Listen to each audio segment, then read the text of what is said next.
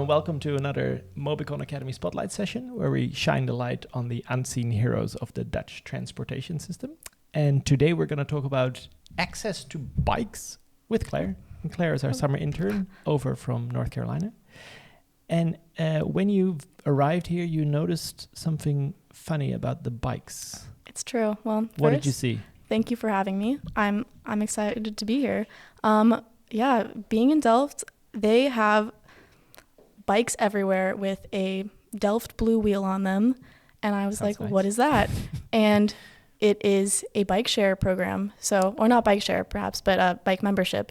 Right. So you can rent this bike for monthly and you can bring it in. It has free service. So if you have a flat tire, if something breaks, you can bring it in, you can get a new one. They come with locks. They come with chains so they don't get stolen. It's Full service package. Here's a bike. You don't have to worry about any of the other stuff. You just pay for a monthly bike. Yeah. And it's super awesome. This has been going for a few years now, and I think everybody in the Netherlands was quite skeptical about why would you pay a monthly fee for a bike? That's ridiculous. But it's taken off, right? Yeah. There's thousands and thousands of them. They're everywhere. They're in Paris. They're in Denmark. Berlin. Everywhere. Yeah, they're going global, but not North America yet. Not yet, No, unfortunately. Not yet. So this bike share, it's different from a bike share system, right? Yeah, because you have a bike share system. We do. Yeah. So I go to the University of North Carolina, Chapel Hill. Yeah. We just partnered with a little bike share program. Right. So in theory, you can, when you're in the zone, when you're in the campus zone, you can rent your little bike, bike to class, park it in the zone. Right. But that doesn't seem very feasible to me. That's not practical. Right. I live off campus. I don't want to have to park my bike in the zone and then continue to walk home. It's just not time economical for me. I'm a busy girl. It's not your bike then, right? No. With this company, if you have the bike, it's yours. Yes. Your responsibility. You can take it wherever you want. I mean, especially with the bike share programs, you always hear about people putting bikes in weird places. Yeah. You wouldn't put your own bike in a weird place. Yeah. So I think it's great. You have that responsibility to have it's your own. You can take care of it. So it's the fine line between a common bike that can be replaced and easily fixed and all that stuff without having to do it yourself, right? But a lot of people don't have bike maintenance skills. My tire on my bike has been flat for over 6 months. I've been busy with my classes.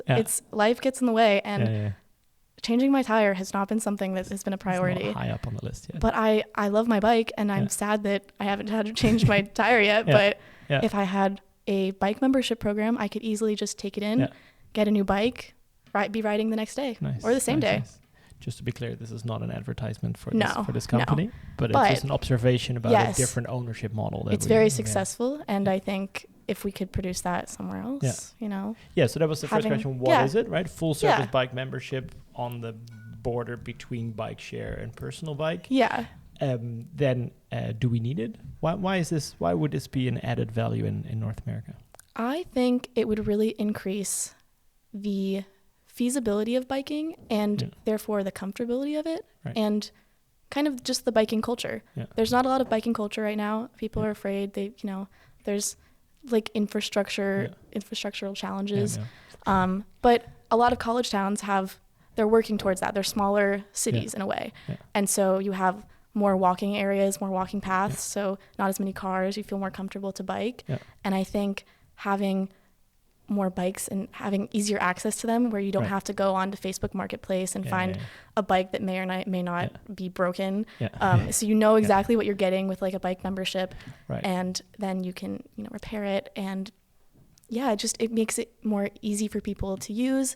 If you need an electric bike, if your campus is a little bit hillier, you can, maybe the bike membership offers different types of bikes. So if you can afford an electric bike, you get that. If you can't afford it, you can work a little harder and just, have a regular bike, and that's get your okay. Exercise regime done. At the same time. Yeah, but I guess it takes some of the uncertainties out, right? Yes. It takes a little bit of that, what if it gets stolen? Yes. What if it breaks? What if I don't like this bike? All those things are taken out. Like you said, it's very predictable. This is what you get. Yeah. And there's no more worries about it. And if everyone has their little bike from their bike membership, I think it also creates a sense of more respect towards other people's bikes. And so perhaps maybe there's less stolen bikes, less fear of that.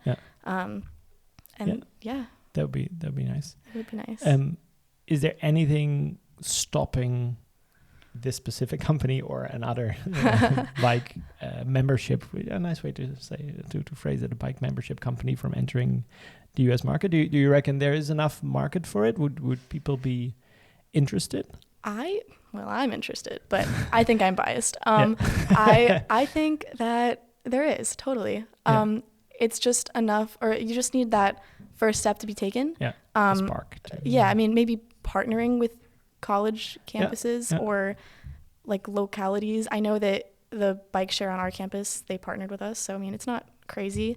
And it would be great. Yeah. So I think they just need to take that step. Temporal aspect, right? If you're in college, maybe you're only going there for a certain time of the year. And then over the break, you can take it back. Don't pay for the bike while you're not there. Yeah. So that transient community kind of suits it. Yeah. The way I kind of think about it is like bike share is good for cities when you're, you take a weekend trip to the city, you want to use your little Lime bike or something, bike around, but that's not feasible for like a long-term stay. No. Or a short long-term stay. Like yes, a exactly. Trip could be a few dollars. Yeah. Like 5 trips a day and you're $20 They have passes, but it's not cheap. It's not awesome. No. But if you're going to be there for like 3 months or more, having that membership is going to be great. Yeah. But then once you graduate from this college town too, or like wherever you are where you need this bike for this period of time, because you're there for only temporary time, then you can, lean into having your own bike too. So it's kind of like a stepping point. Yeah, exactly. Yeah, you normalize cycling, you normalize owning a bike without any of the responsibilities, and then you can graduate to choosing your own bike on marketplace and exactly. Yeah. Going deep into the then you too can get one that will get a flat tire in a few months. Exactly. It was great. You can fix it. Yeah. Nice. Yeah. Well, that sounds really good. I think it's a good idea. I hope that it happens. So you'll come back in 5 years and tell us how your bike membership experience is going? Absolutely. That sounds great. Maybe I'll be the CEO of my own company. No, there you go. I'm kidding. No. Thanks for joining us. Of course. And thank you for joining us on this Mobycon Academy Spotlight session. And we'll see you next time.